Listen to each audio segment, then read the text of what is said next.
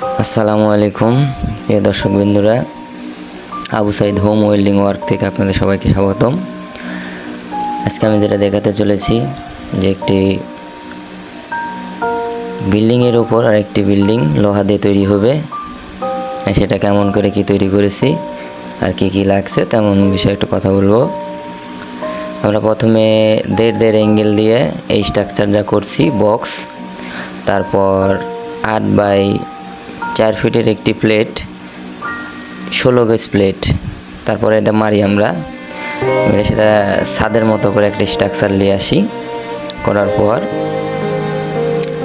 তারপরে আমরা উপরে চালের ব্যবস্থা করি, যে দোচালা একটা চাল হবে। তারপরে পাশের যে একটা বিল্ডিং আছে ওই সামনে ওই বিল্ডিংয়েও আমরা চাল করব। তো এখানে দোতলা ওঠার জন্যে সিঁড়ি করে দেওয়া হয়েছে।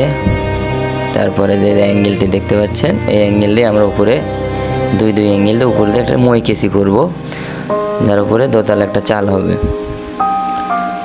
তো চালটা খুব মজবুত করার জন্যে আমরা দুই অ্যাঙ্গেল ব্যবহার করেছি, তাতে করে চালটা মজবুত হবে।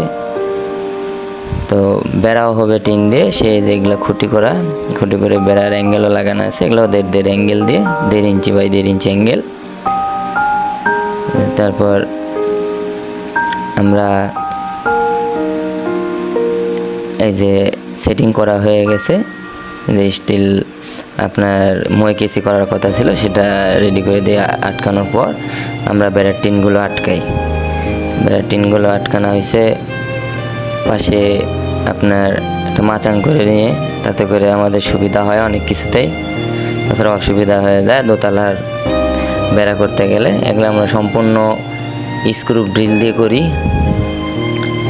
তাতে করে জিনিসটা ভালো হয়। আগে ছিল যে হুকের সিস্টেম, এখন আর সেটা নাই, এখন চায়না সিস্টেম যেগুলো আসছে বাজারে নতুন, সেগুলোভাবে করি। তো খুব সুন্দরভাবে কাজগুলো করছিলাম। এটা আমরা নাটোরের ভিআইপি হোটেলের পিছনে Kamarpara TM agro and fisheries কোম্পানির পক্ষ হতে করছি। তার কোম্পানিরই এটা একটা নিচতলা গোডাউন এবং উপরতলা একটা অফিস রুম হবে, সেটারই কাজ এটা। তো এইভাবে চলমান চলছে আমাদের কাজ। তো শেষ পর্যায়ে আমরা দেখাবো যে টিন মারার পর জিনিসটা কেমন দেখায়। আর প্রতিটা অ্যাঙ্গেল আমরা রং করে দেওয়ার ব্যবস্থা করে দিছি, যাতে করে জং না আসে, টিনটা নষ্ট না হয়। হ্যাঁ, তারপর এই যে সিঁড়িটা, এই সিঁড়িটাও খুব মজবুত করে বানানো হয়েছে, যাতে করে কোনো ঝামেলা না হয়, ওঠা নামার যেন অসুবিধা না হয়। সব কিছু মিলিয়ে কাজটা খুব সুন্দর করে করা হয়েছে। আর এই যে লরেল পিফর্ম, এই পিফর্মটা আমরা 1.5 ইঞ্চি অ্যাঙ্গেলের সাথে দেই, যাতে করে টিনগুলো ভালো থাকে, জং না আসে। হ্যাঁ, প্রতিটা অ্যাঙ্গেলের গায়ে গায়ে দেওয়া আছে এটা উপর দিয়ে, মানে বেড়ার অ্যাঙ্গেলের সাথে, মানে যেটাকে পাইলিং বলে, এই পাইলিংয়ের সাথে সাথে আমরা পাইলিংয়ের অ্যাঙ্গেলের সাথে দিয়ে থাকি। গা মাঠা করে পাইলিংয়ের সাথে লরেল পিফর্মটা মারি। অনেকে হিটমেট বলে, যে হিট যেন না নামে। তো যদিও এখানে সিলিং করার মতামত ছিল যে সিলিং করে দেবে, সেখানে আমরা পুরোটা দেই নাই, কিন্তু অ্যাঙ্গেলে দিছি যাতে করে টিনটা নষ্ট না হয়।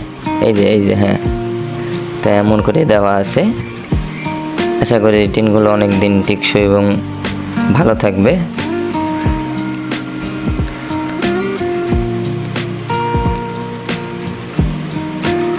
এখন এই যে টিনগুলো মারার পর এই চিত্র আসছে। ধন্যবাদ সবাইকে, আমাদের ভিডিওটা একটু বেশি শেয়ার করে দিবেন। আসসালামু আলাইকুম।